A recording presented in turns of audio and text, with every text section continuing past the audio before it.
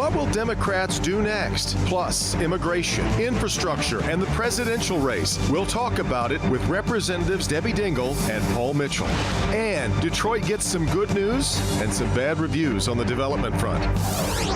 Today is Sunday, April 28, 2019, and this is Flashpoint.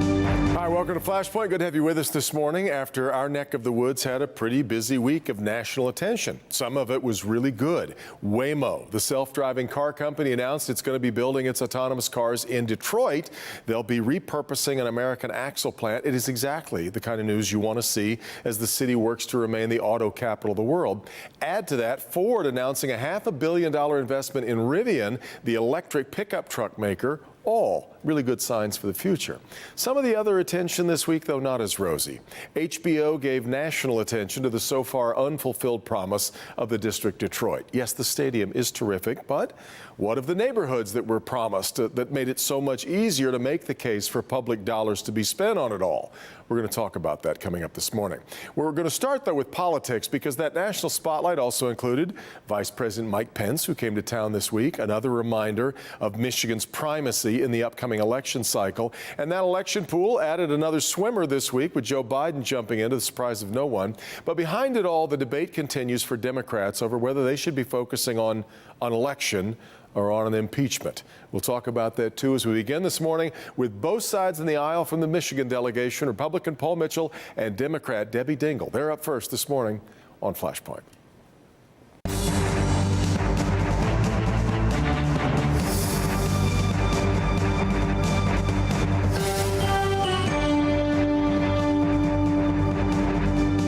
Many predicted, the release of the Mueller report was hardly an ending. The fights go on now as House members are fighting to hear, see, and learn more, all of which seems destined for one court battle after another. That's just one topic among many for those representing the state of Michigan at the U.S. Capitol. Very happy to have two members of the Michigan delegation with us this morning, Democrat Debbie Dingell from Michigan's 12th District and Paul Mitchell, the Republican from the 10th District. Thank you both for coming this morning. I've got so many things I want us to get through. Let's rifle through a bunch of these, and let's start with Congressman Mitchell. Are the Democrats overreaching with all this information that they want? They now want people to come testify like Don McGahn. They want to see the president's tax returns. Is this all an overreach, or are they well within their right to ask for it? Well, what I think we need to do is move beyond the investigation frenzy and do things that make a difference for the American people. The reality is we have big issues to deal with, immigration and our border. Sure. We've got USMCA that I hope we talk about today, because that trade agreement with Mexico and Canada is huge. Yes. We also have to deal with infrastructure. There's states issues, there's federal issues.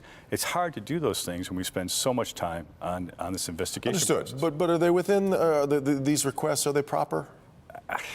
Congress can try to do whatever it wants to do. Yes. I mean, we've seen a variety of it. The Congress could do a lot of things. The question is whether or not it's going to have any impact for the American people.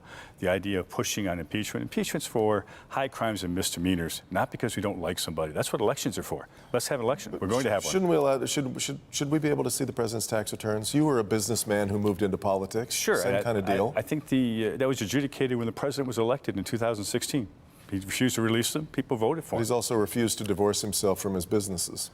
Well, there's nothing that requires him to do that. Understood. So the reality is he's a businessman, and why would you want someone to give up their entire business to do something like that? Congresswoman, on all that, what do you think? Well, first of all, I think we can walk and chew gum at the same time. And Paul is absolutely right that we've got to keep working for the people. We've got to do something about prescription drugs. We've got to take care of people who are worried about not having health care taken away from them for pre-existing conditions. I call it NAFTA 2.0, because NAFTA 1.0 has left factories closed here, and we do need to do something on trade. Yet I will also say that the Congress has an oversight responsibility that our founders gave to us, and the fact of the matter is that we've got three strong chairmen: Jerry Nadler at the House Judiciary Committee, Adam Schiff at House Intelligence, and Elijah Cummings at House Oversight and Investigations. And if you've read that report, and I've read it, I'm on my second read of it now, it is very clear that Russia tried to interfere in our elections.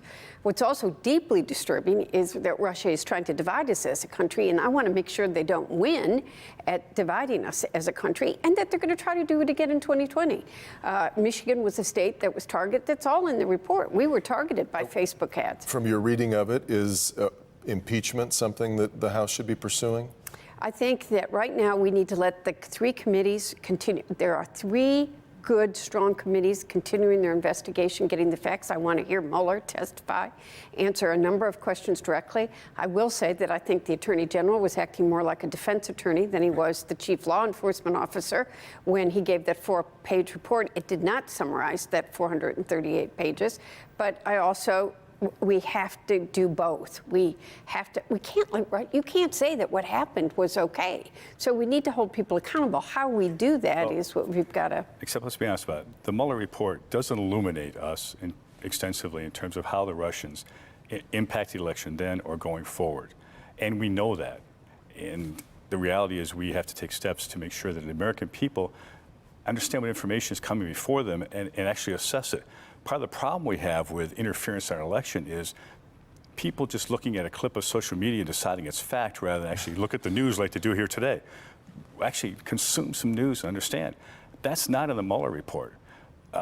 The reality is there's very little in the Mueller report about how it is the Russians hacked. But do you get the sense that we're doing anything about Russian influence to keep it from happening a year and a half from now? I think we put money in last term. We continue to put money in this term in terms of assisting states to improve their election systems, to secure their election systems.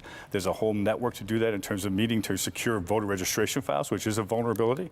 The good things about our election system is it's decentralized. There is no central point that you could hack to affect election results. Let's take up where you both led to then on this new version of NAFTA, the USMCA. You seem to feel like this is a good way forward. Well, I think USMCA is an improvement over NAFTA in every way, shape, and form. You could talk about the area.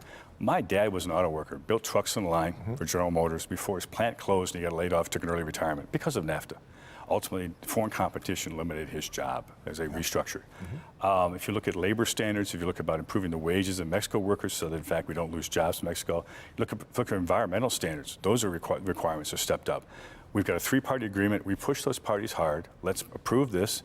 And one thing that's in there that I campaigned for when I ran is that we have a provision that we open it every several years, not an election year, and reopen it and renegotiate it, not expect it's going to last as it has for 25, 30 years. Congresswoman, Democrats and unions in particular have complained about NAFTA bitterly, and now there's a sense among some on the Republican side that you just don't want to give into the fact that this is a better plan and a good idea because it's a political win for the president that you don't like. First of all, I've said that I will work with the president if it'll help the working men and women of my district. So I have never said that I'm going to oppose this. I am not we both, I would think you agree with me, Paul, that we need to make sure that Mexico actually does something about its labor laws before this even moves forward, because they're very weak and there's no enforcement mechanism and they're not allowed. Yes, sure.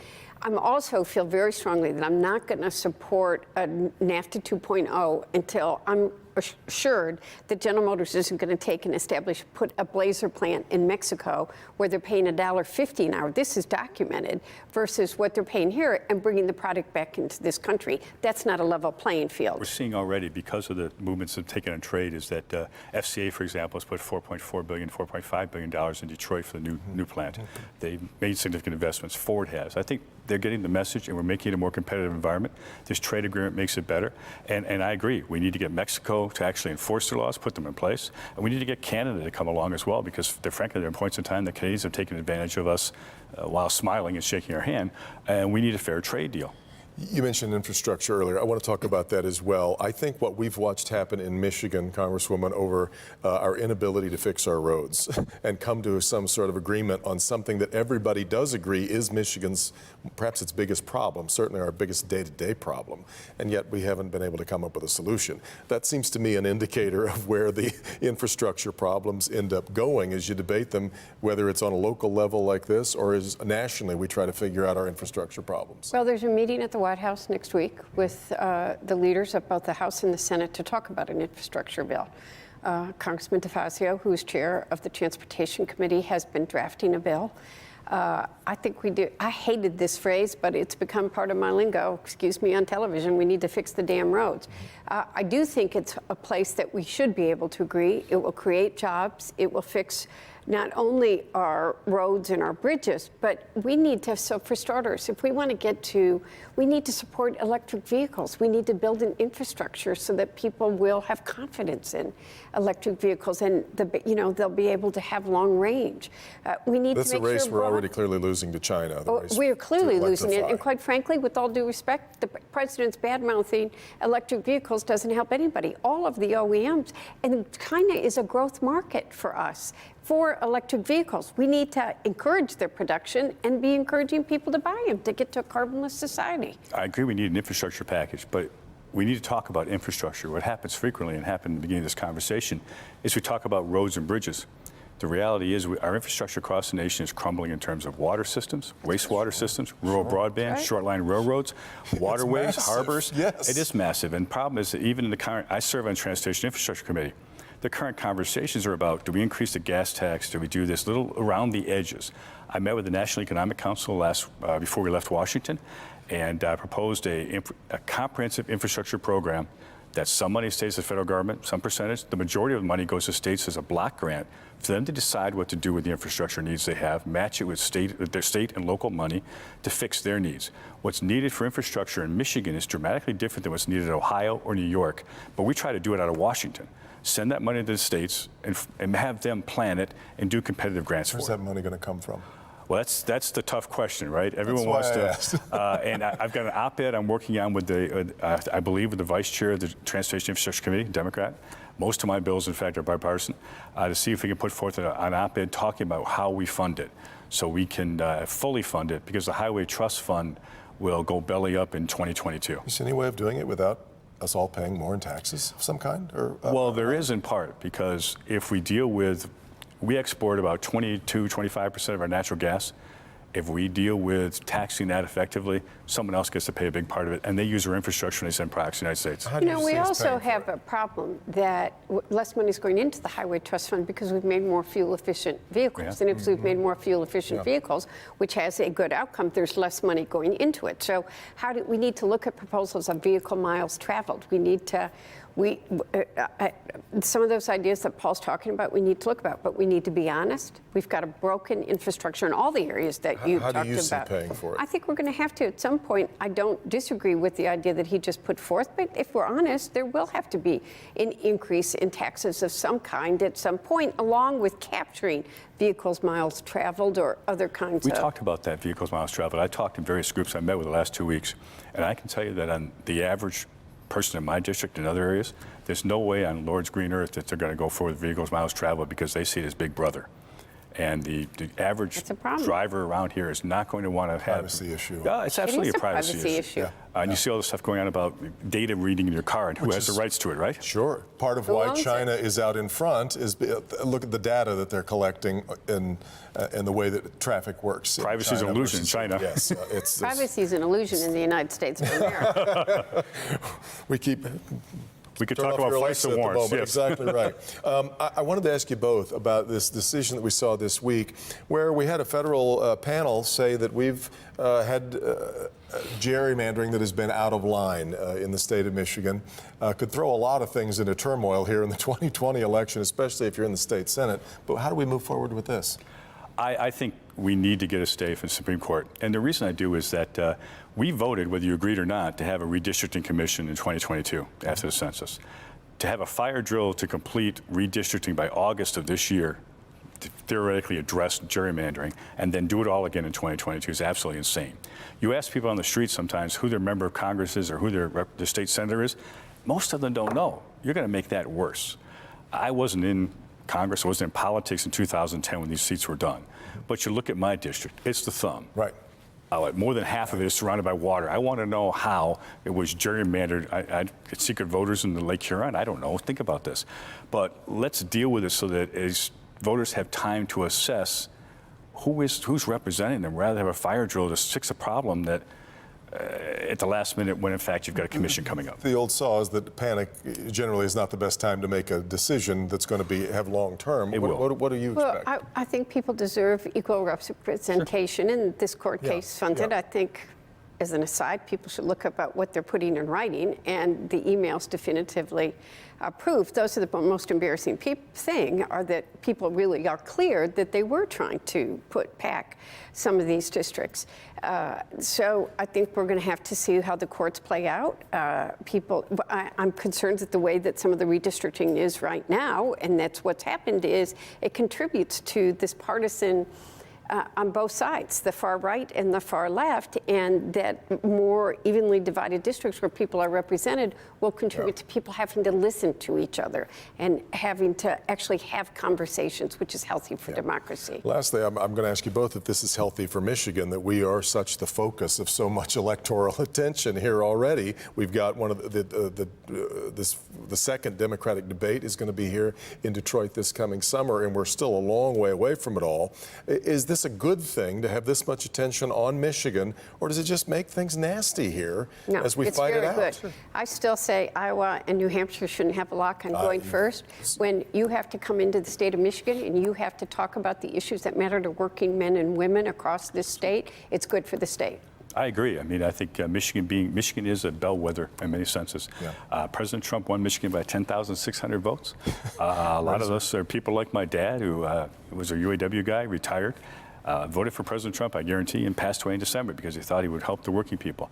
I think you have to speak to people here in the state. And I agree. New Hampshire should get to be first. We represent a big part of America. Yeah. Great. Both of you, thanks so much for being here. I got to half of what I had written down. We'll continue with more good news and bad news this week on the economic front for Michigan. This is Flashpoint on Local 4.